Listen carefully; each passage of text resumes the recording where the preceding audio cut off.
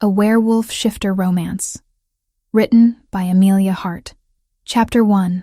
Flight through Snow Isla stood before the tarnished mirror in the tower chamber, her reflection distorted by age-worn glass.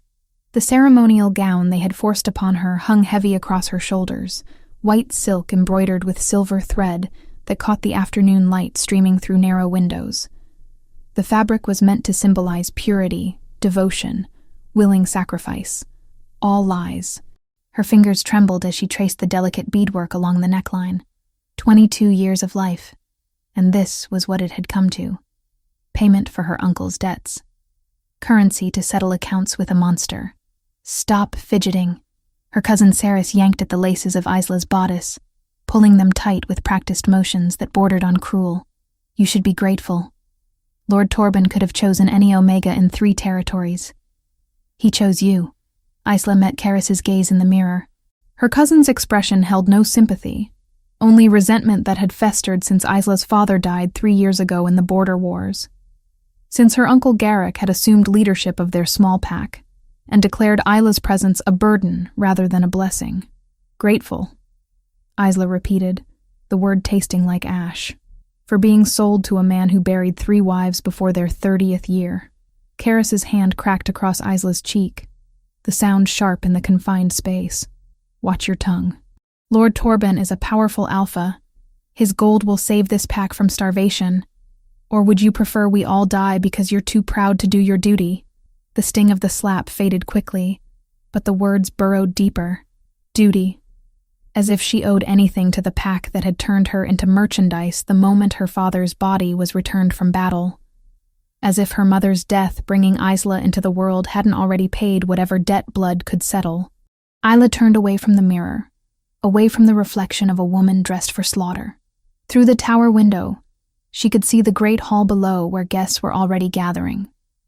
Alphas and their entourages from neighboring territories, drawn by the promise of alliance, and the spectacle of watching Garrick's orphaned niece become Torben's 4th bride. 4th. The number haunted her. Torben's first wife had died from a fall down stone stairs. The second from a mysterious illness that had consumed her over 3 agonizing months. The third had disappeared entirely, her body found weeks later in the river, weighted down with rocks. Accidents, all of them. Tragedies. Nothing that could be proven otherwise. But Isla had heard the whispers in the kitchens, seen the way servants crossed themselves when Torben's name was mentioned. She had watched her uncle accept the bride price with hands that shook slightly, his eyes refusing to meet hers as he counted out the gold coins that would allegedly save their pack from ruin. A knock at the door made both women turn. The pack's elder priest entered, his weathered face solemn beneath a crown of white hair. It is time, child. Lord Torben awaits at the altar. Isla's stomach twisted. She wanted to refuse, to scream that she wouldn't do this. But what choice existed? Her father was dead. Her mother had been dead since the moment Isla drew her first breath. She had no siblings, no advocates, no power within a pack that viewed her as expendable. The walk to the great hall felt like descending into a tomb. Stone corridors echoed with her footsteps, each one carrying her closer to an inevitable end. Saris walked behind her, adjusting the train of the gown, ensuring every detail appeared perfect for witnesses who would remember this day as a celebration rather than an execution. The great hall doors opened, and the assembled crowd turned as one. Isla forced herself to look straight ahead, past the rows of seated guests, toward the altar where Torben waited. He was a large man, broad-shouldered and thick through the chest, his 45 years showing in the gray threaded through his dark beard. He wore formal leathers studded with silver, a heavy fur cloak draped across his shoulders. Everything about him projected power, wealth, dominance. Everything about him made Isla's skin crawl with instinctive revulsion. She walked down the center aisle on unsteady legs, past faces she recognized and many she didn't. Her uncle stood near the front, his expression carefully neutral. He wouldn't meet her eyes. Coward. The priest began speaking, his voice droning through traditional words about unity and strength, and the bonds that tied packs together in alliance. Isla barely heard him, her attention fixed on Torben, on the way his eyes tracked her approach with an intensity that felt predatory rather than admiring. When she reached the altar, Torben extended his hand. The priest gestured for her to take it, to complete this portion of the ritual. Standard practice, meant to symbolize willing acceptance of the bond being formed. Isla hesitated. Something deep within her recoiled from the thought of touching him, a warning that went beyond rational fear into territory she didn't fully understand. "Take his hand, girl," her uncle hissed from his seat. The assembled witnesses watched in expectant silence. Refusing would humiliate Torben publicly, would give him cause to reject the marriage and demand his gold returned. Gold her uncle had already spent on debts and supplies. The pack would suffer. Isla would suffer. She placed her hand in Torben's. The world exploded. It wasn't physical contact so much as a violation. Something tearing open inside Isla's mind that she hadn't known existed.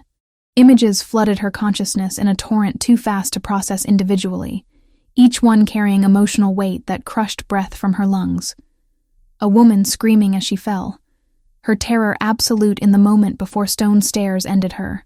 Another woman, thin and wasted, begging for death while poison worked through her system in measured doses. The third, struggling against hands that held her underwater, bubbles rising as her lungs filled. Pleasure. Torben felt pleasure in their deaths, satisfaction in their suffering, pride in his cleverness at arranging accidents that couldn't be proven, and anticipation, bright and eager, for the moment when Isla would join their number. She jerked her hand back as if burned, gasping. The connection severed, but the knowledge remained. The truth of what Torben was, what he intended, branded itself across her awareness with absolute certainty. The priest frowned. "Child, you must maintain contact for the blessing to—" "No!" Isla's voice came out stronger than she'd expected, loud in the sudden quiet of the hall. "I refuse this bond." Torben's expression shifted from surprise to anger in the span of a heartbeat. "What did you say?" "I said no." Isla backed away from the altar, away from the man whose hands had murdered 3 women and would murder her given the chance. "I will not marry you. I will not. This is unacceptable." Her uncle surged to his feet, face flushing red. "Isla, you will complete this ceremony immediately, or I will—" Isla didn't wait to hear the threat. She ran. The wedding gown wasn't designed for speed, but terror lent her strength she hadn't known she possessed. She sprinted toward the nearest exit, past shocked guests, past guards too surprised to react immediately. Behind her, chaos erupted. Torben's roar of fury, her uncle shouting orders, the crash of benches being overturned as people rose in confusion. Isla burst through a side door into the tower stairwell she'd descended earlier. But instead of climbing up, she went down, taking steps 2 at a time, the heavy gown threatening to tangle her legs with each stride. Her breathing came ragged, heart hammering against ribs. She had felt it. Felt his intentions as clearly as if he'd spoken them aloud. Not just desire to control her or use her for alliance, but genuine anticipation of ending her life, of watching her suffer, of adding her to his collection of dead wives. The knowledge terrified her, less than the certainty with which she knew it was true. How had she known? What had happened when their hands touched? No time to analyze. Footsteps thundered in the corridor above, guards pursuing, Torben shouting something about a frightened bride needing to be retrieved. Isla reached the ground floor and changed direction, heading toward the kitchens. Servants scattered as she ran past, the white ceremonial gown billowing behind her like a ghost's shroud. She grabbed a heavy cloak from a peg near the scullery door, throwing it over her shoulders to hide the distinctive dress. The stables. She needed a horse. Needed to get far from this place before they caught her and dragged her back to complete the ceremony her uncle would insist proceed. Cold air hit her face as she stumbled outside. Snow had begun falling, fat flakes that melted against her flushed skin. The stables stood across the courtyard, and Isla ran toward them with everything she had left. Inside, horses stamped and shifted in their stalls, sensing her distress. She grabbed the nearest saddle, her fingers fumbling with buckles and straps. A gray mare, young and strong, stood relatively calm as Isla worked. "Please," Isla whispered to the animal. Though whether she was asking the horse or some higher power for help, she wasn't certain. "Please let me get out of here." Shouts from the courtyard. They were coming. Isla abandoned proper saddling and simply threw herself onto the mare's back, clinging to the animal's mane. She kicked her heels, and the horse responded, lunging forward out of the stall and toward the stable's rear exit. The gate stood closed. Isla aimed the mare at it and prayed. The horse gathered herself and jumped, clearing the wooden barrier with inches to spare. They landed hard on the other side, and Isla nearly lost her seat, but managed to hold on through desperation alone. Then they were running, hooves pounding against snow-covered ground as the mare raced away from the pack house, away from Torben, away from everything Isla had ever known. Behind her, more shouts, the sound of other horses being readied for pursuit. But she had a lead, and she intended to use it. Isla urged the mare toward the mountains, toward the treacherous high country where few would follow in a snowstorm. The horse responded gamely, her breathing steady despite the pace. Snow fell heavier now, obscuring visibility, turning the world into a blur of white and gray. The ceremonial gown snagged on branches as they entered the forest at the mountain's base. Fabric tore, delicate embroidery shredding against rough bark. Isla didn't care. The dress was meant for a wedding that would have ended in murder. Let it be destroyed. They climbed higher, the mare's breathing growing labored as the incline steepened. Behind them, the sounds of pursuit faded, swallowed by wind and distance. But Isla didn't slow. Couldn't slow, not until she put enough space between herself and the men who would drag her back to Torben's waiting hands. Hours passed. The storm intensified, transforming from gentle snowfall to howling blizzard. Visibility dropped to mere feet. The temperature plummeted. Isla's fingers grew numb where they gripped the mare's mane, her body shaking with cold despite the cloak. The horse stumbled, exhausted. Isla pulled her to a stop beneath a cluster of evergreens that provided minimal shelter from the wind. The mare's sides heaved, breath coming in great clouds of steam. "I'm sorry," Isla told her, sliding from the animal's back on legs that barely supported her weight. "You saved my life. Thank you." The mare nuzzled her shoulder briefly, then stood with head lowered, too tired to move further. Isla knew they couldn't stay here. The cold would kill them both if they remained stationary in this storm. But pushing on seemed equally impossible. The mare was done, and Isla herself felt the insidious creep of hypothermia setting into her limbs, making her thoughts slow and confused. She had to find shelter, had to keep moving. Isla left the mare beneath the trees and pushed forward on foot, each step a monumental effort. The white gown, soaked through with snow, clung to her legs like icy chains. She stumbled, caught herself, stumbled again. The world reduced itself to the next step, and the next, and the one after that. Isla lost track of direction, of time, of everything except the desperate need to keep moving, because stopping meant dying. Dawn broke gray and cheerless through the storm. Isla barely noticed. Her body had gone beyond cold into numbness. She couldn't feel her feet anymore, couldn't feel her hands. Moving was automatic, instinctive, divorced from conscious thought. Then, through the swirling snow, a shape emerged. Dark stone walls, a chimney, a building, a cabin. Isla staggered toward it, falling twice before reaching the door. Her numb fingers found the latch. Unlocked. Blessing or trap, she no longer cared. Warmth. The promise of shelter. She pushed the door open and collapsed across the threshold into darkness. Chapter 2. The Stranger's Truth. Warmth reached Isla first, pulling her from darkness that had threatened to become permanent. The crackle of fire, the scent of burning wood and something else, leather and pine and smoke that spoke of habitation rather than wilderness. Her body ached in ways that suggested she had survived something her mind hadn't yet caught up to understanding. She opened her eyes to unfamiliar surroundings. Rough-hewn wooden beams crossed overhead, supporting a ceiling darkened by years of hearth smoke. Furs covered her, heavy and warm, their weight pressing her into a mattress stuffed with what felt like straw and moss. The ceremonial gown still clung to her body beneath the furs, though the fabric had dried into stiff, uncomfortable wrinkles. Isla pushed herself upright, ignoring the protest of muscles that felt like they'd been beaten. The cabin was small, a single room divided by function rather than walls. A stone fireplace dominated one side, flames dancing cheerfully behind a crude iron grate. Weapons hung on the walls, hunting knives and a well-maintained bow with a quiver of arrows. Shelves held provisions, dried meat and grain sacks and pottery vessels sealed with wax. And near the fire, seated on a rough wooden stool, a man sharpened a hunting knife with slow, methodical strokes. He was large, broad through the shoulders in a way that spoke of strength, built through use rather than display. Dark hair fell past his collar, and a neatly trimmed beard framed a strong jaw. He wore simple clothing, a worn linen shirt and leather breeches, both well made but showing signs of long use. Scars marked his visible forearms, pale lines against skin that suggested he spent time outdoors.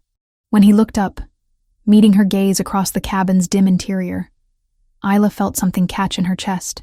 His eyes were gray-silver, the color of storm clouds, and they held an intensity that made her instinctively pull the furs higher around her shoulders. "You're awake," he said, his voice deeper than she'd expected.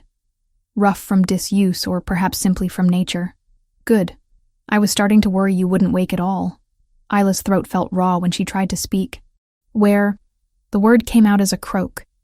He set the knife aside and stood, moving with a controlled grace that reminded Isla of the way predators moved, efficient and purposeful.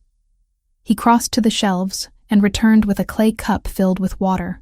"Drink slowly," he instructed, offering the cup but maintaining distance, not approaching the bed where she sat. Isla took the cup with hands that trembled. The water was cold and clean, soothing her abused throat. She drank half of it before forcing herself to stop and breathe. "Where am I?" she asked, her voice stronger now. "My cabin. About 15 miles into the high country north of the valleys." He returned to his stool by the fire, giving her space.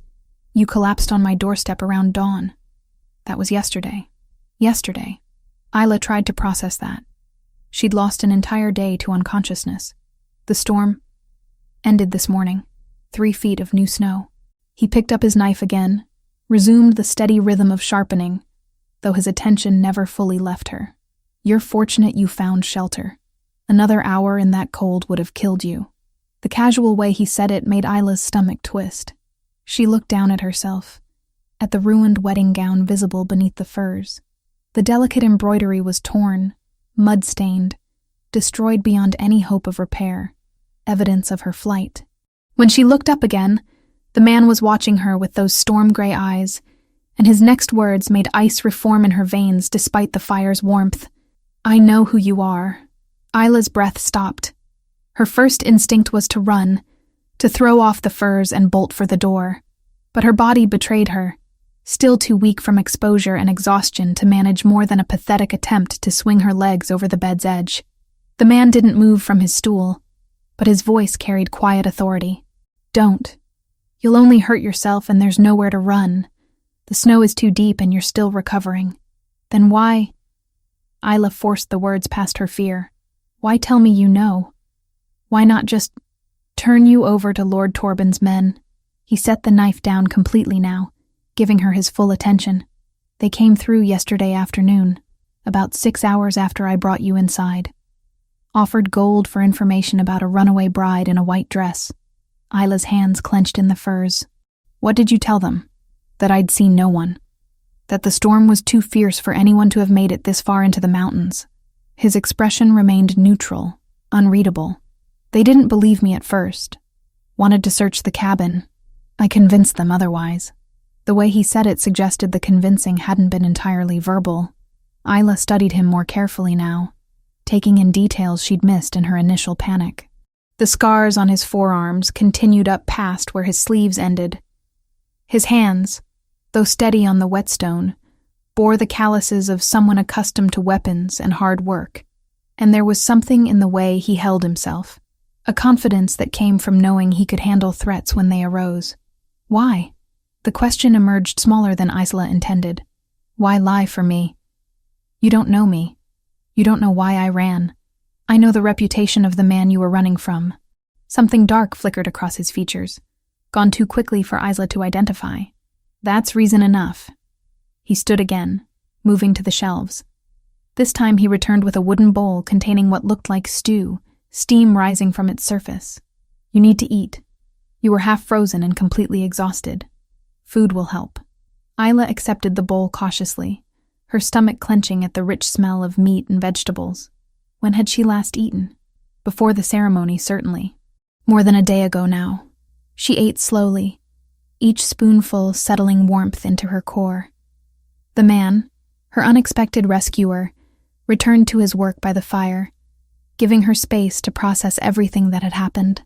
Between bites, Isla studied him, tried to reconcile the man who'd saved her life with the casual admission that he knew exactly who she was and what she was fleeing. Most people in the kingdom would have known about the wedding. Garrick had made certain everyone understood his pack's alliance with Torben, had proclaimed it as a triumph of diplomacy. "What's your name?" she asked finally. He glanced up from the blade he'd returned to sharpening. "Dorian. Just Dorian. No pack affiliation, no family name. The mark of someone trying to disappear, or someone who'd been cast out. Are you exiled?" The question emerged before Isla could think better of it. Dorian's hand stilled for the briefest moment before resuming their work. "What makes you ask that? You live alone in the high country. You give only a first name. You help a fugitive without hesitation." Isla set the empty bowl aside. Those aren't the actions of someone with ties to any pack. A ghost of something that might have been amusement crossed his features. "You're observant. I'm alive because I pay attention." "Fair enough." He set the whetstone down, resting his forearms on his knees as he leaned forward. "Yes, I've been exiled for 8 years, sent into these mountains with orders never to return to the territories below on pain of death. 8 years. Isla tried to calculate how old that made him. Late 20s, perhaps? Young to have earned such severe punishment. "What did you do?" she asked, then immediately regretted the rudeness of the question. "I'm sorry. That's not... I refused an order from an alpha." Dorian interrupted, his voice flat. "One I considered unjust. I was punished accordingly." The stark way he said it suggested layers of complexity he wasn't sharing, but Isla understood the desire to keep certain pains private. She had her own secrets, her own wounds that didn't bear examination in the presence of strangers. "Thank you," she said instead, "for helping me, for lying to the guards, for not demanding to know why I fled my own wedding." Dorian's gray eyes met hers again, and this time Isla saw something in them that made her breath catch. Not desire or threat, but recognition, as if he saw past the ruined dress and desperate circumstances to something deeper. "You don't owe me explanations," he said quietly. "Whatever your reasons were, they were yours. I'm certain they were valid." The simple acceptance of that statement did something unexpected to Isla's composure. Tears burned at the back of her throat, threatening to spill. No one had simply accepted her choice without demanding justification. Not her uncle, not Saris, not any of the pack members who'd witnessed her flight. She blinked hard, forcing the tears back. "How long can I stay?" "Until it's safe for you to leave." Dorian stood, moving to add wood to the fire. "The guards will likely search again once the snow settles. In a few days, perhaps a week. They'll assume you died in the storm. Then you can decide where you want to go." A week. The timeline felt both impossibly long and dangerously short. Where would she go after that? She had no allies, no pack willing to shelter someone who'd humiliated a powerful alpha. Her uncle certainly wouldn't take her back, not after the gold he'd have to return to Torben. "What happens if they come back before then?" Isla asked. "They won't find you." The certainty in his voice brooked no argument. "I give you my word." Words. Promises. Isla had learned to trust neither, but there was something about the way Dorian said it, the weight he put behind the simple statement, that made her want to believe him. She shifted on the bed, suddenly aware of how exposed she was in the destroyed wedding gown. "Do you have anything I could wear? This dress is... ruined." "Yes." Dorian moved to a wooden chest near the far wall and pulled out a simple tunic and breeches. "These will be too large, but they're better than what you have." He tossed them to her, then turned his back with deliberate courtesy, facing the fire while she changed. The gesture surprised Isla. Most men wouldn't have bothered with such consideration. She peeled off the ceremonial gown with relief, letting the destroyed silk fall to the floor in a puddle of ruined expectations. The tunic and breeches were indeed too large, but they were warm and clean, and that mattered more than fit. "I'm decent," she said when she'd finished. Dorian turned back, and something flickered in his expression as he took in her appearance and his clothing, but he said nothing about it, only gathered the wedding dress from the floor. "What are you doing?" Isla asked as he carried it toward the fire. "Burning evidence. If anyone searches again, finding that would be unfortunate." He paused, looking at her. "Unless you want to keep it?" Isla thought of what the dress represented. Torben's hands reaching for hers. The flood of knowledge about his intentions. The terror of feeling his pleasure in past murders, and anticipation of hers. "Burn it," she said firmly. Dorian fed the silk into the flames.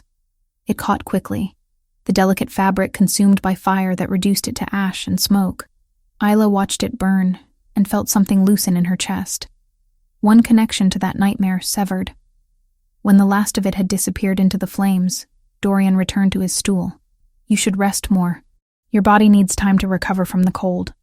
Isla settled back into the bed, suddenly aware of how exhausted she still felt. But before she could drift off, curiosity made her ask one more question. "Why do you live up here? If you've been exiled for 8 years, you could have left these mountains. Gone somewhere no one would know you." Dorian was quiet for so long Isla thought he might not answer. Then he spoke, his voice carrying a weight of old pain. "These mountains are the only home I have left. The only place where I can be alone with my failures without dragging anyone else down with them." The raw honesty of that statement resonated with something in Isla's chest. She understood failure, understood the weight of disappointment and shame, understood the desire to disappear where no one could see you break. "I'm sorry," she said softly. Dorian looked at her, surprise evident in his gray eyes. "For what? Whatever happened to bring you here? Whatever injustice led to 8 years of isolation?" He studied her for a long moment, and Isla had the strange sense that he was seeing her clearly for the first time, looking past the circumstances of her arrival to the person underneath. "Get some rest," he said finally, his voice gentler than before. "We can talk more when you're stronger." Isla closed her eyes, letting exhaustion pull her down into sleep. But as consciousness faded, she thought about the man across the room, about the loneliness she'd sensed in him despite his kindness, about the way he'd protected her without asking anything in return, and she wondered what truth she might discover about Dorian if she allowed herself to stay long enough to find out. Chapter 3. Scarred Truths. The storm raged for 4 days. Isla woke each morning to the howl of wind against stone walls, to snow falling so thick the world beyond the cabin's single window became nothing more than swirling white. The temperature dropped so low that frost formed on the inside of the door, delicate patterns of ice that Dorian scraped away each morning before venturing out to check his snares. They fell into a rhythm born of necessity. Dorian disappeared before dawn to hunt and gather firewood, returning hours later with game or fish and arms loaded with wood to feed the constantly burning fire. Isla took over the cabin's domestic maintenance, cooking the meals, organizing provisions, mending a tear in one of the furs with a bone needle she found in a wooden box. It felt strange, this domestic arrangement with a man who was essentially a stranger. Yet it also felt natural in ways Isla didn't want to examine too closely. Dorian moved through the space with quiet consideration, always aware of where she was, giving her room to breathe while still maintaining enough presence that she never felt abandoned or unsafe. On the second day, as Isla prepared rabbit stew over the fire, she asked, "How long have you lived here?" Dorian looked up from where he was cleaning his hunting knife. 8 years. "Since the exile. Alone the entire time?" "Yes." He tested the blade's edge against his thumb, then resumed sharpening. "It's easier that way." Isla stirred the pot, watching vegetables bob in the simmering broth. "Easier than what?" "Than pretending I'm someone worth knowing." The bitterness in his voice startled her. She glanced at him, but he'd turned his attention fully to his work, effectively closing the conversation. By the third day, Isla had begun to notice things about Dorian that didn't fit the image of a simple, exiled hunter. The way he spoke, for instance. His vocabulary was too refined, his grammar too precise.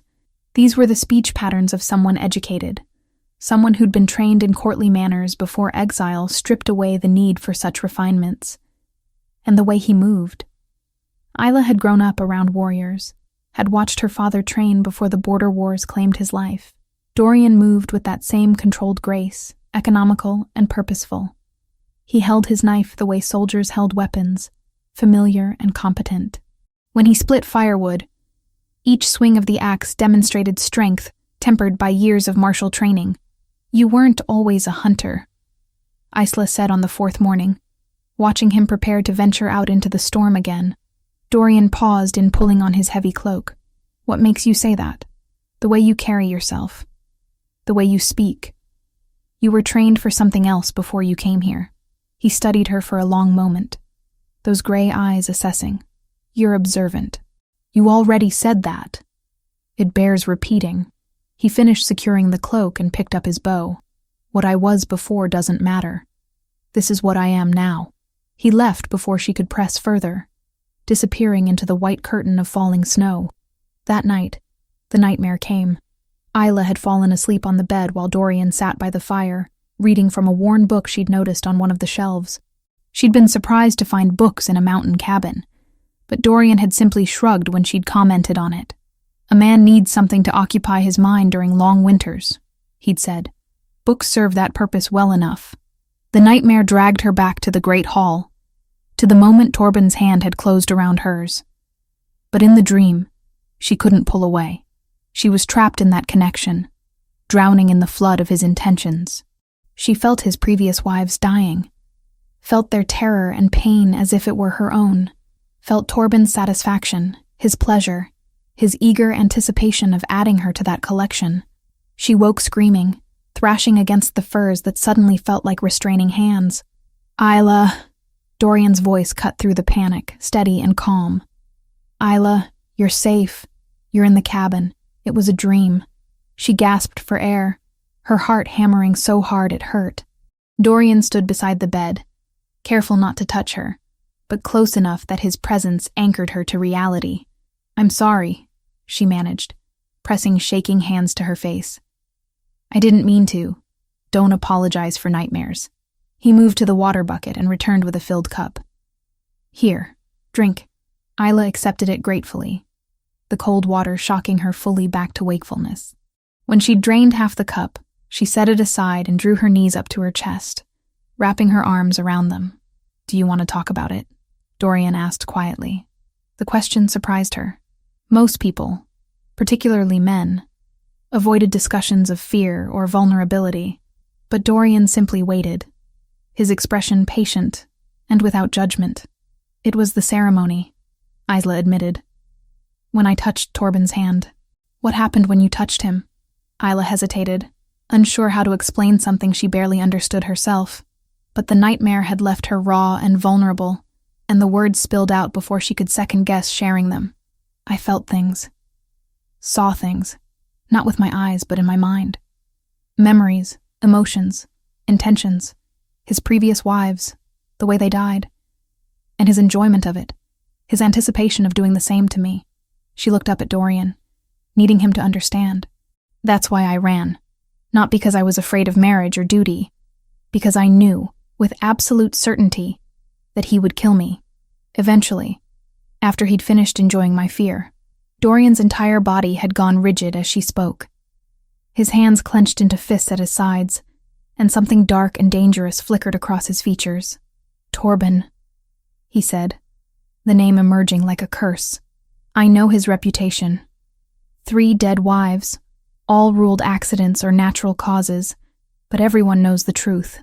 The Alphas tolerate him because his territory is wealthy and his warriors are well-trained." "You believe me?" Isla asked, surprised. "You don't think I'm making excuses for abandoning my duty? Duty doesn't include walking willingly into murder." Dorian's voice carried an edge sharp as broken glass. "And yes, I believe you. I've met men like Torben. The kind who view others as things to be used and discarded. The kind who enjoy causing suffering." The way he said it suggested personal experience. Isla wondered what Dorian had encountered during his life before exile that had taught him to recognize cruelty so readily. Without thinking, she reached out and touched his arm. The contact sent a jolt through her, and suddenly she was feeling what he felt. Rage, burning hot and protective, directed at Torben and every man like him. Beneath that, a layer of old pain, wounds that hadn't healed despite 8 years of isolation. And deeper still, something else. Something that called to the hollow places inside her chest, with a recognition she couldn't name. Dorian looked down at where her hand rested on his forearm, his expression shifting through surprise to something more complex. "I'm sorry," Isla said, starting to pull back. "I didn't mean to," but Dorian caught her hand, holding it gently. "Don't apologize." His thumb brushed across her knuckles, the gesture achingly tender. "I'm the one who should apologize. You've been through trauma, and here I am getting angry on your behalf, when what you probably need is reassurance. Your anger helps," Isla admitted. "It means you believe me, that you don't think I'm crazy for sensing what I did. You're not crazy." Dorian's gray eyes met hers, intense and unwavering. "Whatever you felt from him was real. I'd stake my life on it." The certainty in his voice did something to Isla's composure. Tears burned at the back of her throat, threatening to spill. She'd been so afraid that no one would believe her, that they'd dismiss her flight as hysteria or cold feet. But Dorian believed without question, and that validation meant more than she knew how to express. One tear escaped, sliding down her cheek. Dorian reached up with his free hand and brushed it away, his touch careful and reverent. The moment stretched between them, charged with something Isla couldn't quite identify. The fire crackled in the hearth. Wind howled against the walls, and Dorian's hand remained cupped against her cheek, his thumb tracing the path of that single tear. Then he pulled back abruptly, as if he'd suddenly realized how close they'd become. He stood and moved toward the fire, putting distance between them. "You should try to sleep more," he said, his voice rougher than before. "The storm should break tomorrow. You'll need your strength." But as he turned, the movement pulling his shirt tight across his back, Isla saw something that made her breath catch. Even through the fabric, she could make out the texture of old scars, a network of raised lines that covered his upper back and shoulders. "Dorian," she said quietly, "your scars. What happened?" His shoulders tensed, every line of his body going rigid. "It's nothing. That's not nothing. Those are whip marks, public punishment scars." He didn't turn around, didn't face her. "You should sleep, Isla. Tell me." She pushed herself off the bed, moving closer though she didn't dare touch him again. "You said you were exiled for refusing an Alpha's order, but you didn't mention being flogged first." "Because it's not relevant. It's relevant to me." Isla moved around to face him, forcing him to look at her. "You've protected me, sheltered me, believed me when no one else would. The least I can do is listen if you want to talk about whatever put those scars on your back." Dorian's jaw clenched, a muscle ticking in his cheek. For a long moment, she thought he'd refuse entirely. Then he spoke, each word carefully measured. "The Alpha I served demanded something of me that went against every code I was raised to honor. When I refused, he made an example of me. 50 lashes in the public square, followed by exile with orders that returning would mean execution." His eyes were distant, focused on memories she couldn't see. "The scars are a reminder that honor has a price, and sometimes that price is everything you thought you were." The bitterness and shame radiating from him hit Isla like a physical force.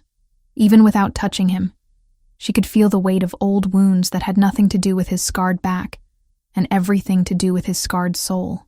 "Honor isn't defined by the people who punish it," Isla said softly. "Sometimes the most honorable thing you can do is refuse orders that would make you into someone you're not." Dorian looked at her then, really looked at her, and Isla saw something crack in his carefully maintained walls. "You're very wise for someone so young.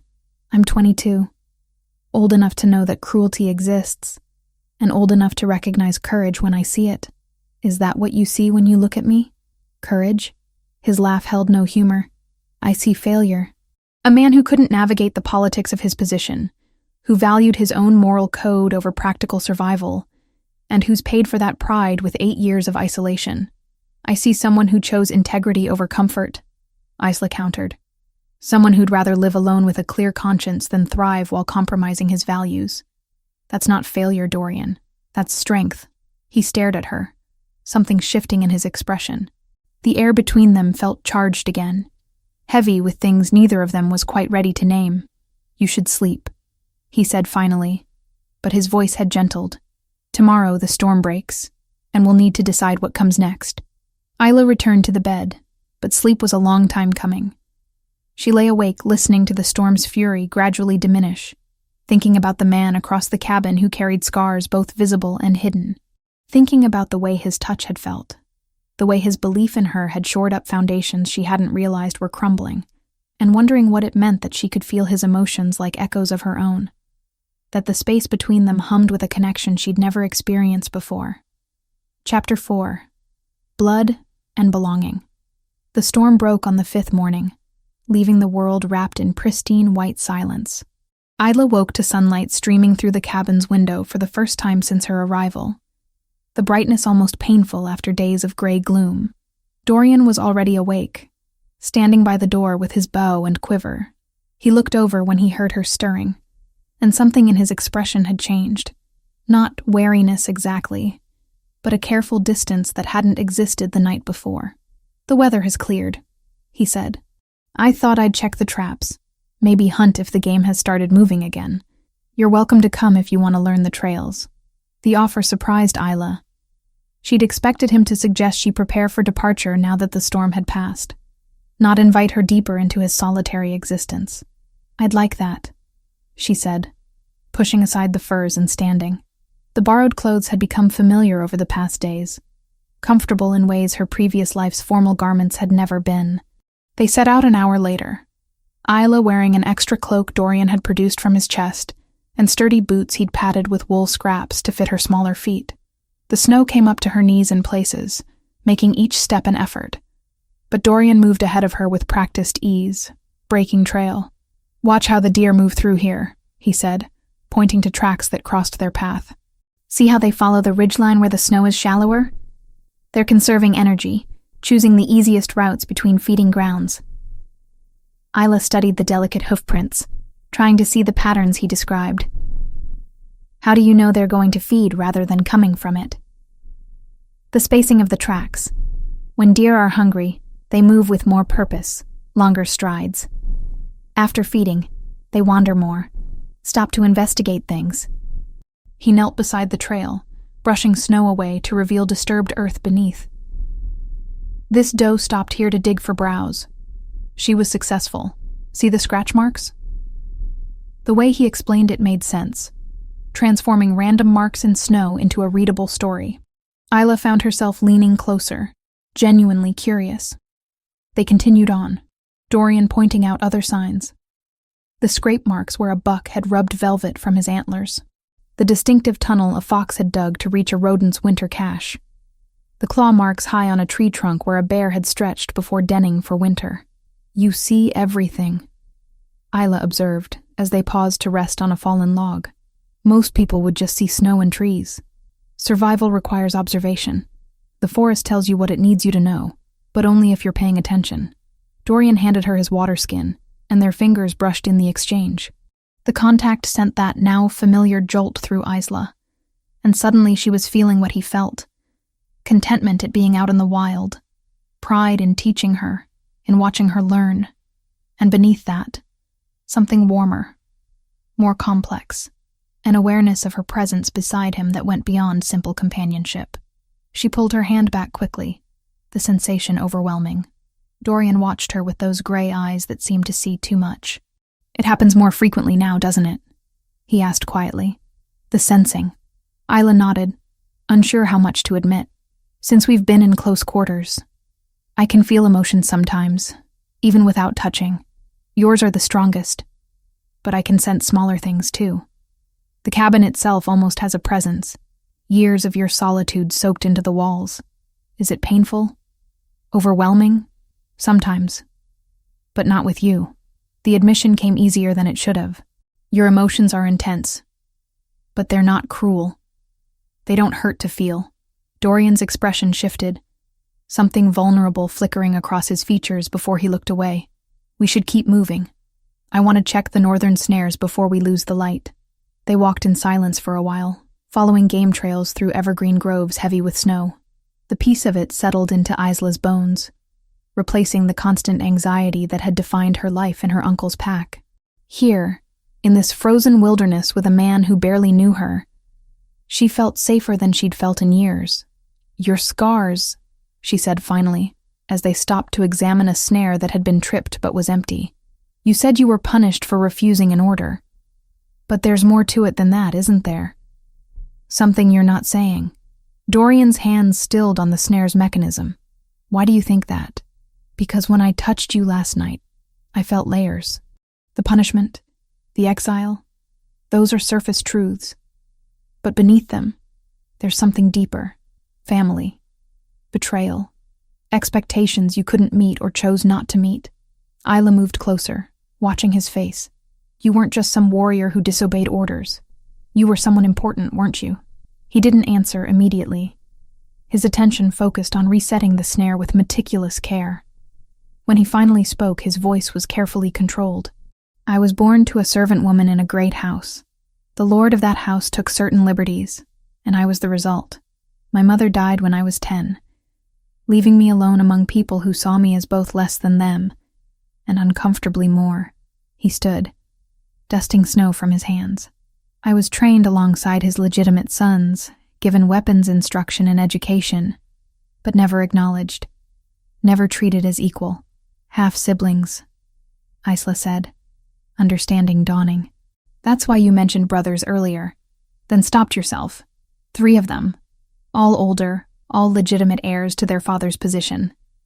They tolerated my presence because their father insisted, but they never accepted me as family." Something bitter crossed his expression.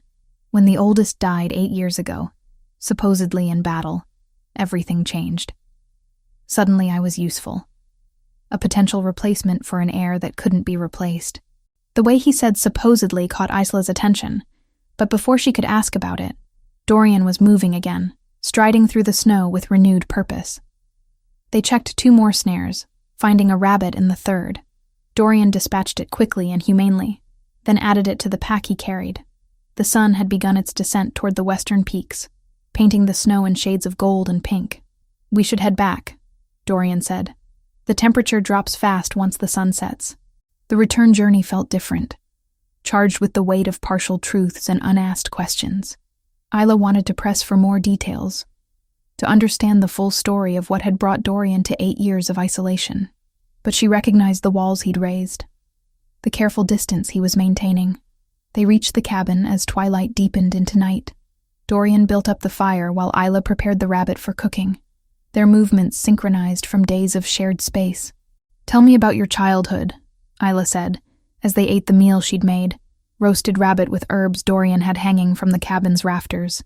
"Before everything went wrong, what was it like?" Dorian was quiet for so long she thought he might refuse.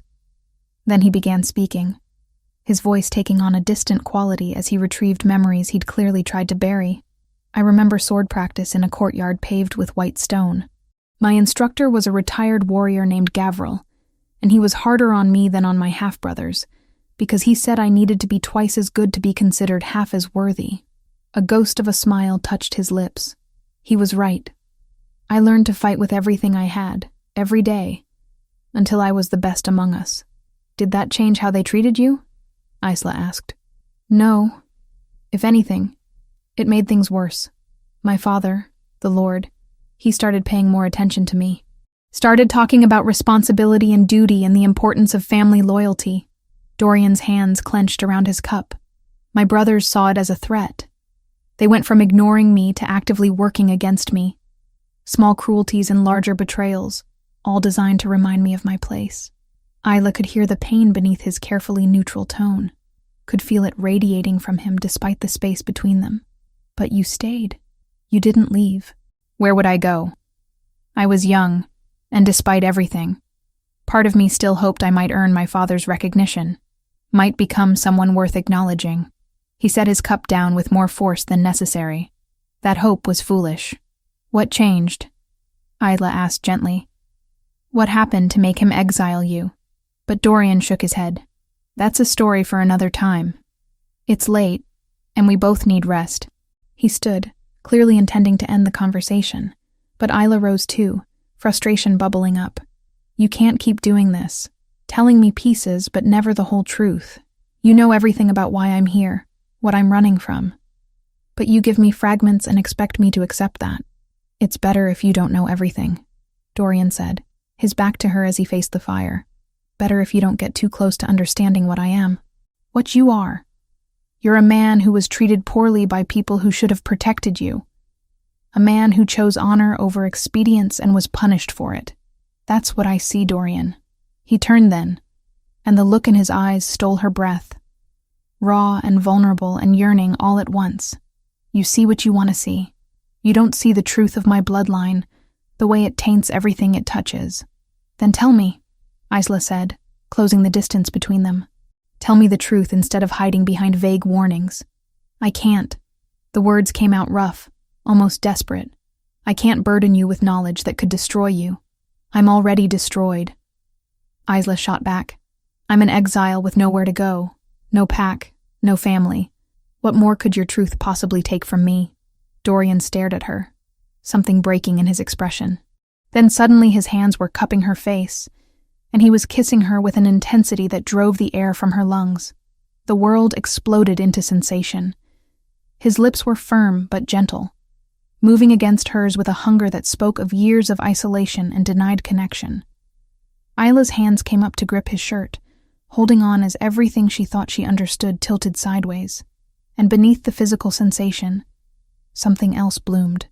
A connection that went deeper than touch, deeper than desire. It felt like recognition, like two parts of a broken whole suddenly finding each other. The mate bond, Isla realized distantly, snapping into place with a force that made her gasp against his mouth.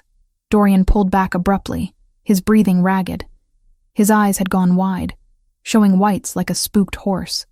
No, he said, backing away from her. No, this can't happen. You need to leave, Isla. Tomorrow at dawn you need to go. What? Confusion and hurt warred in Isla's chest. You can't just kiss me like that and then... I'm dangerous for you in ways you don't understand. Dorian's voice had gone hard, desperate. That bond you felt, that connection, it's real. But it's also a curse. Everyone I've ever cared about has suffered for it. That's not... My mother died because she loved my father. My mentor was executed for training me too well. The one woman I cared about before my exile was married off to an enemy pack to remove her from my influence. His hands were shaking, Isla noticed. Actually shaking. I won't do that to you. I won't let my blood condemn you too. Isla's mind reeled, trying to process everything. The kiss. The bond. The vehement rejection wrapped in what sounded horrifyingly like care. You don't get to decide that for me, she said, her voice steadier than she felt. You don't get to kiss me? Let me feel what's between us, and then push me away because you're afraid. It's not fear. It's certainty. Dorian moved to the far side of the cabin, putting maximum distance between them. Go to sleep, Isla. At dawn, I'll take you down to the villages. You can find another pack, another life, one that doesn't include me and the destruction my bloodline brings. He turned his back, shoulders rigid with tension, clearly done with the conversation. Isla stood trembling in the firelight, her lips still burning from his kiss, the mate bond thrumming in her chest like a second heartbeat. Everything had changed in the span of a few heartbeats, and she didn't know how to change it back. She didn't know if she wanted to. Chapter 5. Royal Blood. Dawn came cold and gray, the sun hidden behind banks of low clouds that promised more snow. Isla woke to find Dorian already dressed, packing supplies into a leather satchel with methodical precision. He didn't look at her when she stirred. I meant what I said last night, he said, his voice flat. You need to leave. I'll guide you down to the lower valleys where you can find shelter in one of the villages. Isla pushed herself upright, anger cutting through the confusion and hurt that had kept her awake most of the night. No, that made him pause. He turned to face her, his gray eyes shadowed. This isn't a negotiation, Isla. For your own safety. My safety. She stood, crossing the cabin to stand before him, You felt that bond snap into place same as I did. You can't just pretend it didn't happen because you're afraid. I'm not afraid, I'm realistic. Dorian's jaw clenched, a muscle ticking in his cheek. You have no idea what being connected to me means. What dangers it brings. Then tell me. Isla grabbed his arm, forcing him to meet her eyes. Stop hiding behind vague warnings and tell me the truth. All of it. You want the truth? Something broke in his expression, fury and desperation warring across his features. Fine. My father is Alpha King Varian, ruler of the Northern Territories. I'm his bastard son, born to a servant he used and discarded. I spent my entire childhood watching him ignore my existence, while my legitimate half-brothers tormented me for daring to breathe the same air. And when his heir died 8 years ago, supposedly in battle, he tried to turn me into a replacement, a political tool to be married off and used to secure alliances I wanted no part of. The words came out harsh and bitter, each one landing like a blow. Isla's hand tightened on his arm, feeling the truth of it resonating through their connection. I refused, Dorian continued, his voice rough. Told him I wouldn't be his puppet, wouldn't marry some alpha's daughter I'd never met just to satisfy his political ambitions. So he had me flogged in the public square, 50 lashes while the entire court watched. Then he exiled me here with orders that returning would mean execution. He pulled free of her grip, pacing away. This cabin? It's royal property, an old hunting lodge that hasn't been used in decades. He knew exactly where I was, has always known. He just didn't care as long as I stayed invisible. Isla processed the information, pieces clicking into place. The education, the military training, the way he carried himself, all of it made sense now. And now? She asked quietly. What's changed? I don't know. Maybe he's finally run out of legitimate options. Maybe the sound of horses outside cut him off. Multiple animals, their hooves crunching through snow at a steady pace. Dorian's entire body went rigid, his hand moving instinctively toward the hunting knife at his belt. Stay behind me, he ordered, moving to the door. Before Isla could respond, someone knocked. 3 sharp raps, formal and official. Dorian opened the door to reveal 5 soldiers mounted on war horses, their armor bearing the royal crest. At their head sat a man perhaps 40 years old, his weathered face stern beneath graying hair. His eyes swept the cabin's interior, pausing briefly on Isla before returning to Dorian. Commander Oren, Dorian said, his voice carefully neutral. It's been a long time. 8 years. Oren dismounted, his movements deliberate. May I come in? The message I carry isn't for public hearing. Dorian stepped aside, allowing the commander to enter.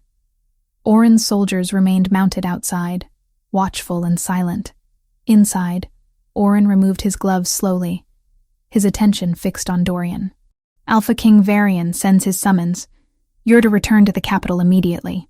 I'm exiled, Dorian said flatly. Returning means death. Those were his terms. Terms he's chosen to revoke. Oren pulled a sealed parchment from inside his cloak, offering it to Dorian. You're needed at court. He didn't elaborate on why, only that your presence is required within the fortnight.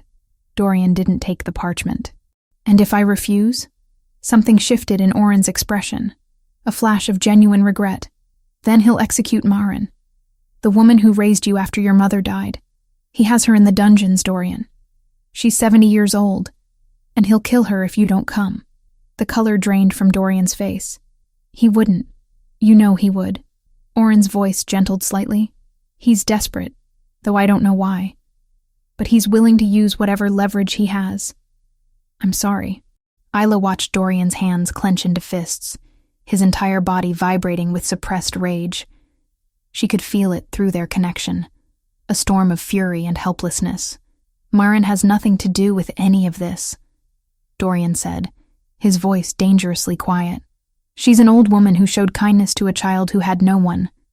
Threatening her is effective, Oren interrupted, which is why he's doing it. You have 3 days to reach the capital, Dorian.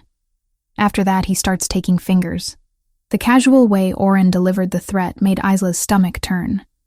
This was the Alpha King, Dorian's father, casually threatening to torture an innocent old woman to force his bastard son's compliance. Oren's gaze shifted to Isla, and something calculating entered his expression. I recognize that hair, those eyes. You're the Omega who fled Lord Torben's wedding ceremony a week ago.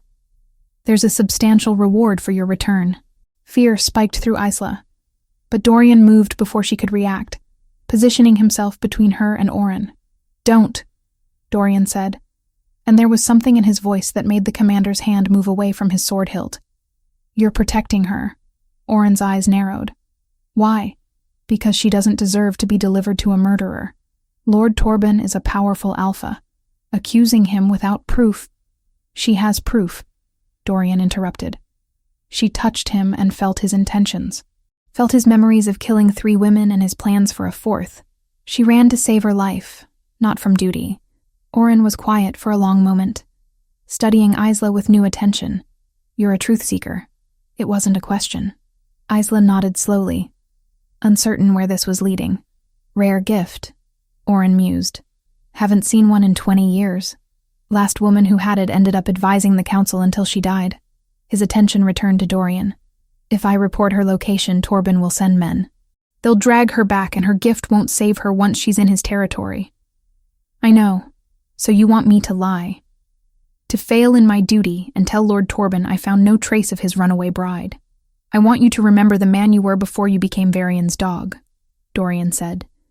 And Isla heard old friendship beneath the harsh words. I want you to remember that we trained together, fought together, that you once told me you'd never serve a king who demanded cruelty over justice. Oren's jaw tightened. That was before your exile, before I learned what happens to people who question orders. And yet you're here delivering his summons personally instead of sending a subordinate. Why, Oren? What is it you're not saying? The commander was silent for several heartbeats. Then he sighed, suddenly looking older. Because I wanted to warn you.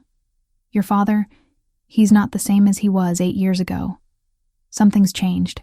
He's more paranoid, more willing to hurt people to get what he wants. I don't know what he plans for you, but I don't think it ends well. Then help me, Dorian said quietly. Keep Isla's location secret. Give me your word as the man I once called friend that you won't report her. And what do I get in return? I'll go.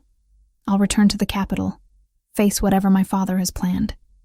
I'll walk into that trap willingly if you swear by the old codes that you'll protect her. Oren studied Dorian's face, then Isla's, calculation visible in his weathered features. Finally, he nodded. By the old codes, the honor of the guard, I swear I won't reveal her location. As far as official reports are concerned, I found no trace of Lord Torben's missing bride. He held out his arm, and Dorian clasped it in the traditional warrior's grip. But Dorian, if your father asks directly, I can't lie to the Alpha King. I can omit, but not fabricate. Understood. Dorian released his arm. When do we leave? Within the hour. The journey to the capital takes 2 days in good weather, and the king's deadline doesn't allow for delays. Oren moved toward the door, then paused. For what it's worth, I'm sorry. About Maren. About all of this. You deserved better. After Oren left to give his men instructions, Dorian turned to Isla. The mask he'd maintained for the commander crumbled, revealing raw pain beneath. I have to go, he said. I can't let them hurt Maren because of me. I know. Isla crossed to him, taking his hands in hers despite his attempt to pull away. But I'm not leaving. I'll stay here. Wait for you to return. Isla, that's not... You're my mate, she interrupted. That bond we felt, it's real. And I'm not abandoning you just because things got complicated. Dorian's expression twisted with something that might have been hope and fear combined. I might not come back. My father, whatever he wants from me, it won't be anything good. Then I'll come find you. The certainty in her voice seemed to shake something loose in him. He pulled her close, burying his face in her hair. You're going to be the death of me, Omega. No, Isla said firmly. I'm going to be the reason you survive. Dorian packed quickly, taking only essentials. He showed Isla where he kept the food stores, how to maintain the fire, where the emergency supplies were hidden. There's wood enough for 2 weeks if you're careful, he said, his hands moving automatically through familiar tasks. Game should return to the area soon now that the storm's passed. The snares are easy to check. I'll be fine, Isla assured him, though uncertainty gnawed at her. Just come back. At the door, Dorian paused. He turned back, cupped her face in his hands, and kissed her with desperate intensity. The mate bond flared between them, a golden thread binding them even as physical distance was about to separate them. I don't know what waits for me in the capital, he said against her lips. But knowing you're here, safe, that gives me a reason to survive whatever comes. Then he was gone, mounting the horse Oren had brought for him. Isla watched from the doorway as the soldiers disappeared into the trees, Dorian never looking back. The cabin felt impossibly empty in his absence. Isla closed the door and leaned against it, her hand pressed to her chest where the mate bond pulsed with growing distance. She'd told Dorian she would wait, but even as she said it, Isla knew she was lying. She would wait only long enough to form a plan, because if Dorian thought she would sit here passively while his father used him as a political tool, he severely underestimated what a desperate Omega with a rare gift could do. Chapter 6. The Truth Seeker's Path. Isla lasted 2 days in the cabin before the mate bond became unbearable. It started as a whisper at the edge of her awareness, a sense of Dorian's presence like warmth against her skin, despite the distance between them. But as hours passed, that whisper grew louder, more insistent. She could feel his emotions bleeding through their connection. Anxiety and anger, and something darker, betrayal. He was in danger. On the 3rd morning after his departure, Isla woke to a spike of pain through the bond so sharp it drove the breath from her lungs. Not physical pain, emotional. The kind that came from discovering treachery from someone trusted. She was on her feet before conscious thought caught up, throwing supplies into the pack Dorian had left behind. She couldn't sit here doing nothing while her mate walked into whatever trap his father had prepared. The promise to wait meant nothing against the certainty pulsing through their connection that Dorian needed her. The descent from the mountains proved harder than she'd anticipated. Snow still lay thick on the ground, and without Dorian breaking trail, each step required monumental effort. But he'd taught her well during their hunting trip. She followed game trails where the snow was shallower, used fallen logs as bridges across deep drifts, and kept the sun at her right shoulder to maintain a southward trajectory. By midday, her legs burned, and her lungs ached from the cold air, but the trees were changing. Evergreens giving way to mixed forest, the terrain gradually flattening. She was making progress. As twilight approached, Isla spotted smoke rising in the distance. A village, small but substantial enough to support multiple hearths. She adjusted her course, moving toward the promise of shelter and information. The village consisted of perhaps 20 buildings clustered around a central square. An inn stood at one end, warm light spilling from its windows. Isla pushed through the door, grateful for the wave of heat that greeted her. Inside, the common room was half full, locals nursing drinks and sharing the day's gossip. Isla found a corner table and ordered stew and ale from a serving girl who barely glanced at her. She ate slowly, listening to conversations flowing around her. Most of it was mundane, complaints about the weather and speculation about spring planting. But then 2 men at the bar began speaking in lowered voices that somehow carried to where Isla sat. Heard it from a merchant who passed through the capital yesterday, one said, a grizzled man with more beard than face. The Alpha King has summoned his bastard son back. First time in 8 years. His companion, younger and clean-shaven, snorted. That exile? What does Varian want with him after all this time? Same thing he wanted before, I reckon. Political marriage, secure an alliance. Only this time the bastard can't refuse without watching that old nursemaid of his lose fingers. Isla's hand clenched around her spoon. Marin. Dorian had mentioned her. The woman who'd raised him after his mother died. Cruel. Even for Varian, the younger man muttered. Gets worse, the bearded one continued, leaning closer. Word is, the king doesn't plan on keeping the boy alive long after he names an heir. Apparently, Varian's paranoid about anyone with a blood claim challenging his authority. Soon as the bastard sires a child with whichever alpha's daughter they force on him, he's a liability. Cold dread settled in Isla's stomach. Execution. Varian planned to use Dorian and then kill him. That's murder, the younger man said, shocked. That's politics. The bastard refused him once before, made the king look weak. Varian doesn't forgive that kind of insult. Isla set down her spoon, no longer hungry. She had to reach the capital, had to find a way to stop this. But she was one Omega with no pack, no resources, no authority.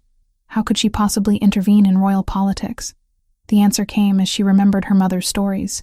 Tales of the pack her mother had been born into before marrying Isla's father and joining his smaller, less influential group. Her grandmother still lived there, her mother had said. Lady Rhiannon, a woman of considerable respect and authority. It was a gamble. Isla had never met her grandmother, didn't know if the woman would even acknowledge her, but it was the only option she had. She finished her meal and approached the innkeeper, a stout woman with shrewd eyes.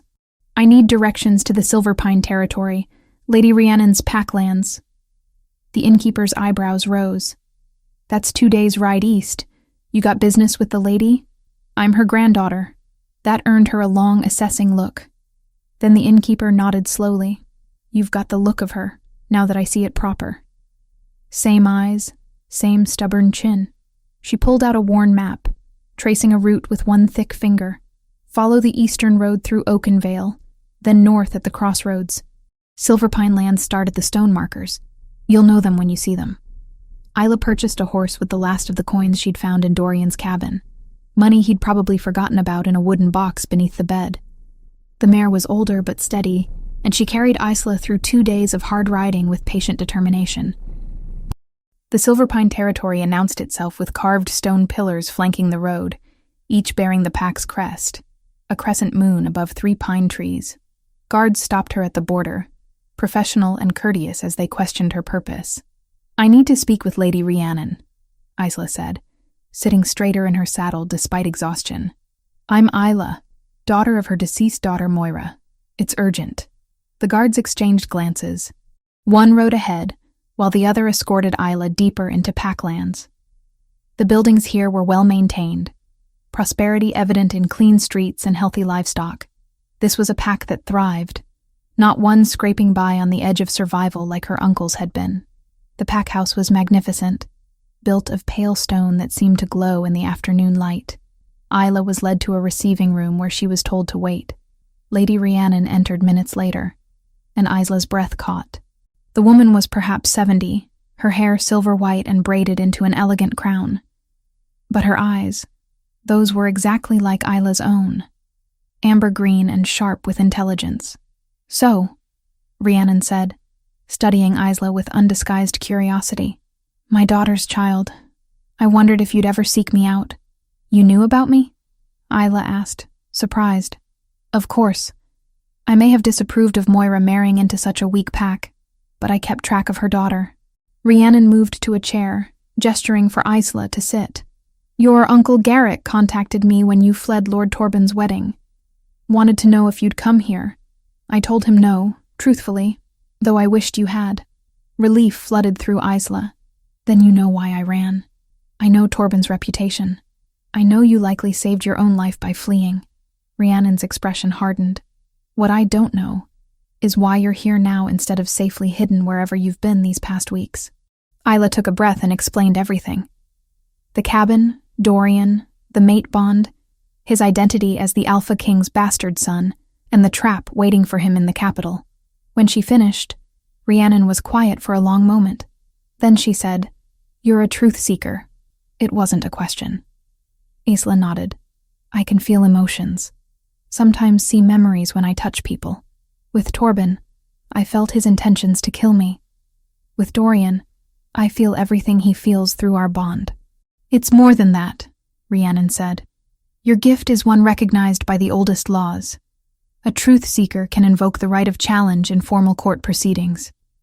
You can force truth to the surface, make it visible to all witnesses. It's a rare gift, Isla, one that carries considerable weight in legal disputes. Hope sparked in Isla's chest. Could I use it to help Dorian? Possibly. If you can reach the capital in time, if you can invoke challenge before they execute him, and if whatever truths you reveal are damning enough to the Alpha King. Rhiannon stood, pacing. It's dangerous. Varian doesn't take well to being challenged. I don't care about danger. I care about saving my mate. Rhiannon studied her for a long moment, something shifting in her expression. You have your mother's courage. And her stubbornness. She moved to pull a cord that summoned a servant. We'll need to move quickly. I'll provide an escort, 3 of my best warriors. And I'll come myself as witness to validate your gift. You'd do that? Isla asked, hardly daring to believe. You're my granddaughter, my blood, and I never approved of how Garrick used you as payment for his debts. Rhiannon's eyes hardened.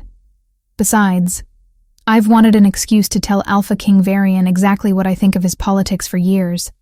This provides an excellent opportunity. Within hours, Isla found herself mounted on a fresh horse, surrounded by 3 massive warriors in silver pine colors.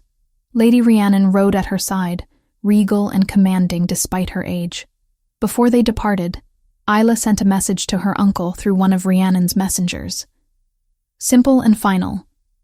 You sold me to a murderer. I am no longer your niece. Consider our ties severed.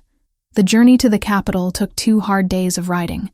With each mile, Isla felt Dorian through their bond, his emotions a churning storm of anger and resignation. He was alive, but barely holding on to hope. They reached the capital the evening before the day Isla had overheard mentioned in the tavern. The day Varian planned to force Dorian's compliance before arranging his eventual death.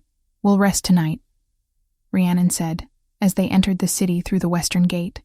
Tomorrow, you'll invoke your right as truth seeker, and we'll see if the Alpha King can withstand having his secrets laid bare before his entire court. Isla touched her chest, feeling the mate bond pulse with renewed strength. Dorian was close now, somewhere in this sprawling city, and tomorrow, she would fight for him the only way she knew how, with truth as her weapon and courage as her shield. Chapter 7. Truth Unveiled. The great hall of the royal palace was packed beyond capacity. Nobles and warriors pressed shoulder to shoulder in a space designed to hold hundreds, but now containing what felt like thousands. Isla stood at the threshold, Lady Rhiannon at her side, and felt the weight of every eye turning toward them. The hall itself was magnificent, all soaring stone arches and stained glass windows that cast colored light across the assembled crowd. At the far end, elevated on a dais of white marble, sat Alpha King Varian on a throne carved from a single massive oak. He was exactly as Dorian had described him, golden-haired, blue-eyed, radiating authority, and controlled menace in equal measure. And beside the throne, flanked by armed guards, stood Dorian. The mate bond flared at the sight of him, and Isla had to force herself not to run toward him. He looked thinner than he had a week ago, his face drawn with exhaustion and stress. But when his gray eyes found hers across the crowded hall, something shifted in his expression. Shock, followed by fear, followed by something that might have been hope. Lady Rhiannon of Silverpine, a herald announced, his voice carrying through the space. And her granddaughter, Isla, formerly of the Oak Hollow Pack. The crowd parted reluctantly as they made their way forward. Isla kept her spine straight, her chin lifted, refusing to show the terror churning in her stomach. Rhiannon walked with the confidence of someone who'd faced down kings before and found them wanting. They stopped at the base of the dais. Varian studied them with cold interest, his gaze lingering on Isla before shifting to Rhiannon. Lady Rhiannon, he said, his voice smooth as silk over steel. This is unexpected. What brings you to my court? Justice, Rhiannon replied simply. And truth. Varian's expression didn't change, but something flickered in his eyes. Truth is what I determine within these walls. Not today. Rhiannon's voice carried to every corner of the hall. Today, I invoke the ancient right of challenge through truth. My granddaughter is a truth seeker, witnessed and validated. She claims the right to force truth in formal judgment. The hall erupted in whispers. Varian's hands clenched on the arms of his throne, the only outward sign of displeasure. The old laws haven't been invoked in decades, he said carefully. But they remain valid, Rhiannon countered. Unless you're prepared to declare yourself above the traditions that gave you your throne, it was a masterful trap. If Varian refused, he appeared tyrannical, dismissive of the very laws that legitimized his rule. If he accepted, he opened himself to whatever truths Isla might reveal. "Very well," Varian said, each word clipped. "I accept the challenge. Let the court witness." Isla's heart hammered as she climbed the dais steps. Dorian tried to move toward her, but the guards held him back. His eyes were desperate, silently begging her not to do this, not to put herself in danger. But Isla had already made her choice. She stood before Varian, this man who'd tortured his own son, who'd threatened an innocent old woman, who'd planned Dorian's death with casual cruelty. Up close, she could see the hardness in his face, the way his eyes held no warmth, no mercy. "You seek truth?" Varian asked quietly, for her ears alone. "Be careful what you find, girl. Some truths destroy the one who speaks them. Then we'll see who's destroyed," Isla replied. She reached out and placed her hand on his. The world didn't explode this time. It shattered, splintering into jagged shards of memory and intent that cut straight through Isla. It wasn't like touching Torben had been, a flood of memories and intentions. This was deeper, more violent. Varian's shields were stronger, his mind more disciplined. But Isla's gift, amplified by the mate bond's desperation to protect Dorian, tore through those shields like paper. And what lay beneath was monstrous. Images flooded Isla's consciousness, vivid and undeniable. A young man, golden-haired and laughing, Varian's legitimate son and heir. The people loved him, respected him, turned to him rather than his father for guidance and wisdom. And Varian, watching from the shadows, consumed by jealous rage at being eclipsed by his own child. The arranged accident wasn't an accident at all. Varian himself had sabotaged his son's armor before the supposed battle, had ensured the young heir rode into an ambush with defective equipment, had watched him die, and felt satisfaction rather than grief. Then, covering it up, blaming enemies, accepting condolences while planning how to use his bastard son as a replacement. A tool to secure alliances before disposing of him too. Because Dorian was too honorable, too much like the son Varian had murdered. Another potential threat to be eliminated once his usefulness ended. And more. The conspiracy with Torben, trading promises of land and power in exchange for eliminating a truth seeker who might one day expose Varian's crimes. The casual cruelty of threatening Maren simply to force Dorian's compliance. The systematic destruction of anyone who'd ever shown Dorian genuine affection or loyalty. All of it poured from Varian into Isla, and through their connection, into every person in the hall. Because truth seekers didn't just sense truth. They could make others feel it, experience it, know it with absolute certainty. The hall erupted in chaos. Nobles shouted in outrage. Warriors drew weapons in confusion. And Dorian, his face sheet white with shock and betrayal, finally understood what had really happened to his half-brother 8 years ago. "Lies!" Varian roared, jerking his hand from Isla's grip. But the damage was done. Every person present had felt his guilt, his premeditated murder of his own son. "Fratricide!" someone shouted from the crowd. "The king murdered his own heir. He's guilty." We all felt it. Lord Torben, standing among the assembled nobles, tried to slip toward the exit, but Rhiannon's warriors blocked his path. "The truth seeker also revealed your conspiracy with the king," Rhiannon said coldly. "To murder an innocent Omega to protect his secrets. You're going nowhere, Torben." Varian stood, fury and desperation warring across his features. "This is a trick, some form of manipulation. The girl is my mate." Dorian's voice cut through the chaos, steady and clear. He'd broken free from his guards, was moving toward the dais. "And she's told nothing but truth. You murdered your own son because you couldn't stand that he was better than you. You tried to use me, planned to kill me the moment I'd served your purpose, and you threatened the woman who raised me to force my compliance." He stopped at the base of the dais, and when he looked up at his father, there was no love left in his expression, only cold determination. "By ancient law, I challenge you. As the only living heir of your blood, I claim right of succession through combat. The throne goes to whoever survives." The hall went utterly silent. This was the oldest law, older even than truth-seeking. The right of a son to challenge a father for leadership through combat to the death. Varian's smile was vicious. Finally, you show some spine. Very well, bastard. I accept your challenge. At least when I kill you, it will be honest rather than hidden. The crowd pulled back, creating a circle in the center of the hall. Dorian and Varian faced each other across 20 feet of polished stone. Neither wore armor. This would be fought in wolf form, the traditional way. Isla wanted to scream, to stop this, but Rhiannon's hand on her shoulder held her in place. This must happen, her grandmother whispered. It's the only way. Both men shifted, their bodies flowing from human to wolf with practiced ease.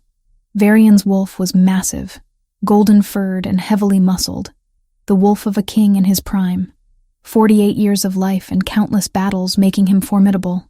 But Dorian's wolf was larger, silver-white where his father was gold, younger and faster despite being smaller in bulk. The wolf of someone who'd spent 8 years surviving alone in the mountains, hunting and fighting for every meal. They circled each other, both looking for openings. Then Varian lunged. The fight was brutal. Varian fought with the experience of decades, using his weight and power to try to overwhelm his son. His jaws snapped for Dorian's throat.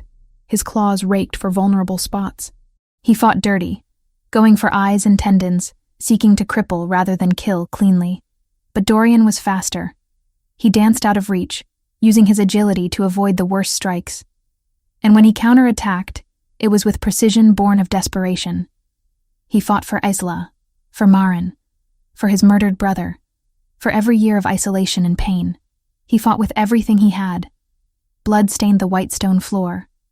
Both wolves bore wounds, but Varian's were deeper.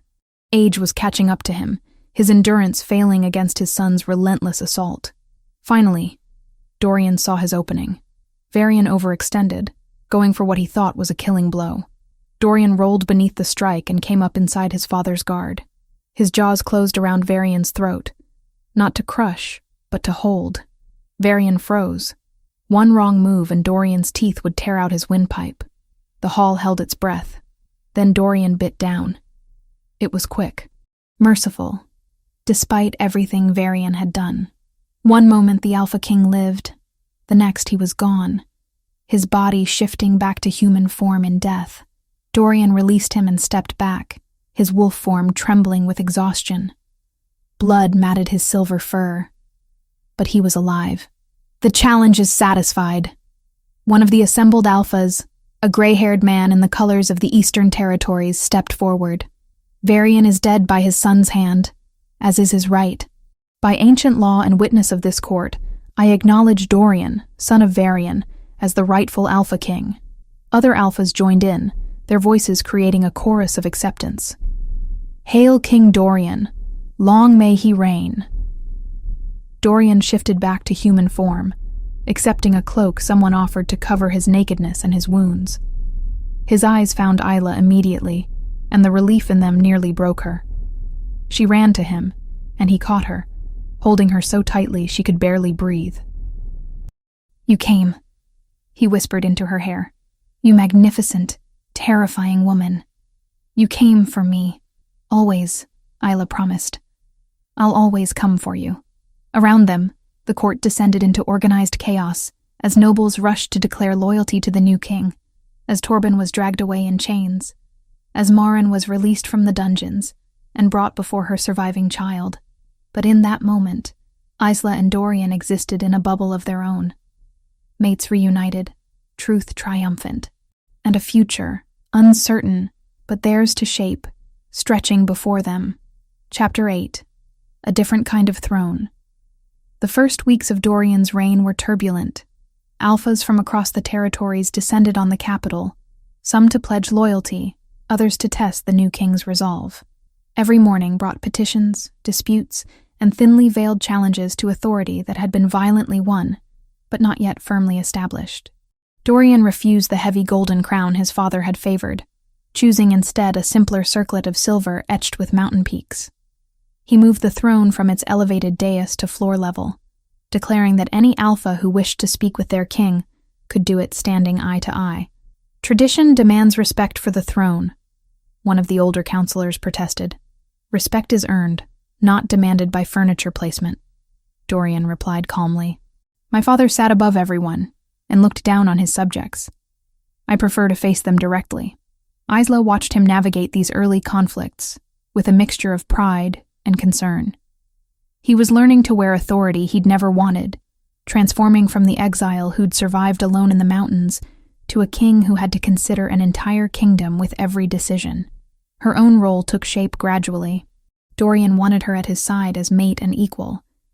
But Isla understood the old nobles would never accept a queen who'd arrived in a torn wedding gown, fleeing another alpha's ceremony. So she carved out a different position, one the ancient laws recognized even if modern courtiers had forgotten it existed, truth-seeker to the court. You will be the blade we draw when lies threaten the kingdom, Lady Rhiannon told her during one of their private strategy sessions.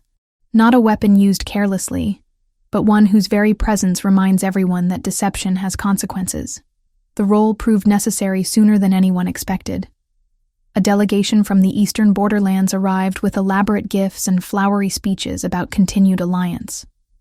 Their alpha, a man named Carver with 2 white teeth and calculating eyes, spoke of loyalty and mutual prosperity while presenting Dorian with a chest of gold coins. But Isla felt the lie the moment he extended his hand in formal greeting. Through her gift, she sensed his true intentions, probing for weakness, mapping vulnerabilities, planning to press for territorial concessions the moment Dorian showed uncertainty. After the formal audience, Dorian called his closest advisors to a private chamber.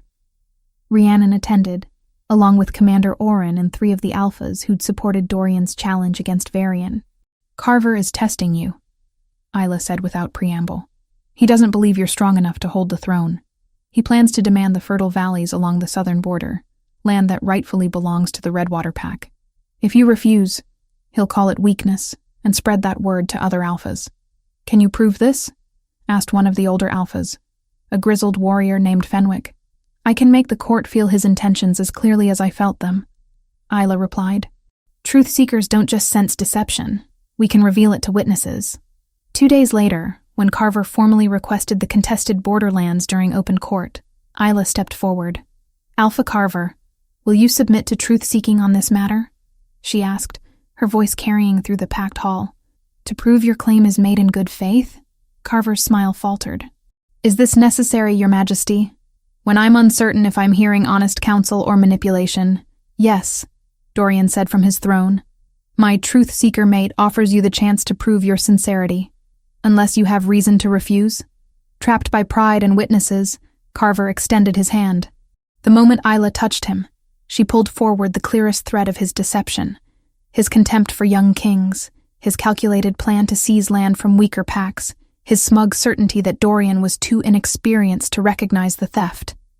The court gasped as Carver's emotions flooded through them, as undeniable as if he'd shouted his schemes aloud. You came here planning to steal from the Redwater Pack, Dorian said quietly, standing. You assumed I wouldn't notice or wouldn't care. You were wrong on both counts. Carver dropped to his knees, stammering excuses. Dorian let him grovel just long enough for every watching alpha to understand the price of attempted deception. You will make restitution to Redwater, Dorian declared. Triple the value of the land you sought, paid in goods and warriors for 5 years. Refuse, and we discuss whether you're fit to lead at all. Word of the judgment spread faster than any royal decree. Within days, visiting nobles stopped treating the new king as an untested boy. The resolution of Isla's uncle Garrick came swiftly and without ceremony. Lady Rhiannon had moved decisively once evidence of his falsified records and debt manipulation became public. She absorbed his failing pack into Silverpine's territory, installing new leadership chosen by consensus from both groups. Saris stood near the back of the hall, stripped of her fine silks, eyes fixed on the floor, a minor clerk in the new order. Isla felt no triumph at the sight, only a distant, quiet relief that the girl who'd once slapped her for speaking truth would never again hold power over anyone's future. When Garrick was brought before the throne, stripped of his title and authority, Isla felt nothing. No satisfaction, no anger. Just empty acknowledgement of justice finally served. You offered your niece to a murderer to buy yourself time, Dorian said, his voice carrying the weight of formal judgment. Not to save your pack from starvation, but to avoid admitting your own failures as a leader. I did what I had to, Garrick protested weakly. No, Isla said, stepping forward. You did what was easiest for you. You had other options. You chose the one that cost you nothing and me everything. Dorian didn't order execution or exile. Instead, Garrick was assigned to work under Rhiannon's stewards, rebuilding what his incompetence had nearly destroyed. Sometimes living with your mistakes is harsher than death, Dorian told Isla that night. He'll spend the rest of his life surrounded by people who know exactly what he did. Torben fared worse. His conspiracy with Varian, combined with the revelation through Isla's gift of his 3 murdered wives, left him with no allies and no defense. Offered a choice between permanent exile beyond the northern borders or confinement in a coastal fortress, he chose exile. If you ever return to these territories, Dorian told him during the final judgment, there will be no trial, no ceremony, only execution. Marin, rescued from the dungeons and nursed back to health, refused the grand quarters Dorian tried to give her. I'm too old for fancy rooms, she said, swatting his arm affectionately. Give me something small near the kitchens where I can hear honest talk and smell good cooking. She settled into modest chambers near the servants' quarters and proceeded to become one of the palace's most beloved residents, telling anyone who would listen about Dorian's childhood and his stubborn determination to fix everything. He gets that serious look still, she told Isla one afternoon as they walked through the palace gardens. Like the whole world is his problem to solve. You're good for him. You make him remember he's allowed to be happy. Weeks after Varian's death, Isla realized she'd missed her cycle twice. She waited another week to be certain, paying attention to the subtle changes in her body that her gift made impossible to ignore. The life growing inside her was small yet, barely a whisper, but undeniably present. She told Dorian in their private chambers after a long day of council meetings. He was removing his boots when she said simply, I'm pregnant. His hands stilled. Then he looked up at her, searching her face for confirmation of what he'd heard. How certain? He asked, voice rough. Certain. He stood slowly, crossing to where she sat. His hands came up to frame her face, thumbs brushing her cheekbones with aching gentleness. I'm terrified, he admitted. So am I, Isla replied. But I think that means we'll pay attention. We'll try to do it right. Through their bond, she felt his emotions crash through him. Joy so fierce it burned, fear sharp as winter ice. And beneath both, a determination that made her chest tighten. My father was a monster, Dorian said quietly. I won't become him. You're already not him, Isla assured him. You question yourself. You listen. You care about people beyond what they can do for you. That's where being a good father starts. When they told Rhiannon and Marin, both women reacted with unrestrained delight. No grand announcements, Rhiannon declared immediately. No treating Isla like political spectacle. This is family first, kingdom concerns second. The pregnancy progressed smoothly. Isla continued her truth-seeker duties through the early months, though Dorian grew increasingly protective when she showed signs of exhaustion. You nearly collapsed after that river rights dispute, he said one afternoon when she'd planned to attend a particularly contentious border negotiation. That alpha was lying so badly it gave me a headache, Isla countered. I didn't collapse from pregnancy. They compromised. Isla attended every other session, sending detailed recommendations through Rhiannon when she rested. It was strange learning to balance duty with the growing awareness of the child she carried, but the rhythm felt right. As spring turned to summer, they made a pilgrimage to the mountain cabin. The journey took longer with Isla's condition, but Dorian insisted. This is where it started, he said, as they rode through thinning trees toward higher elevation. Where you found me, and I found reasons to stop just existing. The cabin looked smaller than Isla remembered, but stepping inside brought a flood of memories. The bed where she'd woken wearing his clothes. The hearth where her wedding dress had burned. The wooden stool where he'd first said, I know who you are. They spent one night there alone, away from court politics and royal responsibilities. Just the two of them and the growing life between them. This is where everything changed, Dorian said, as they lay together in the narrow bed, his hand resting over her stomach. You walked through that door half frozen and entirely desperate.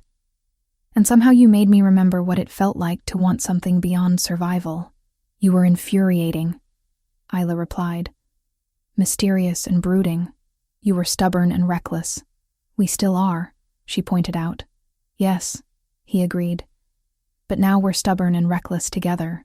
3 months later, in the early autumn when leaves turned gold and the air carried the first hint of coming winter, Isla gave birth to a daughter.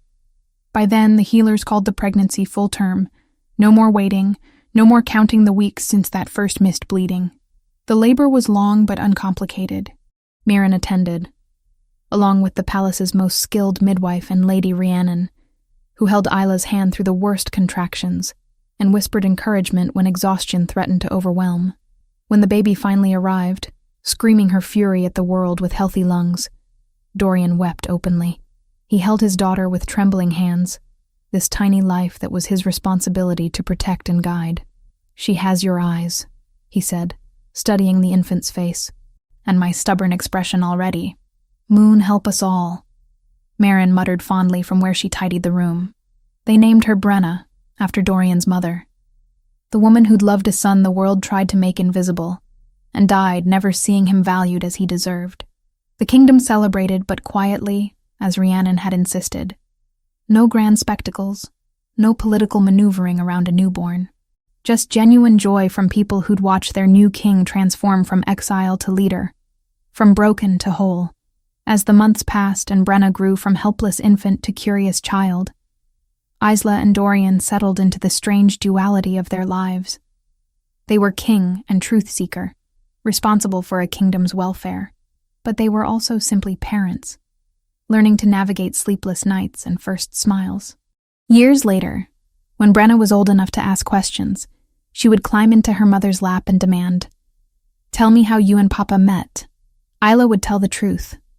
Not a sanitized legend, but the real story of fear and desperation, of a cabin in a snowstorm, and a man who'd chosen kindness when cruelty would have been easier.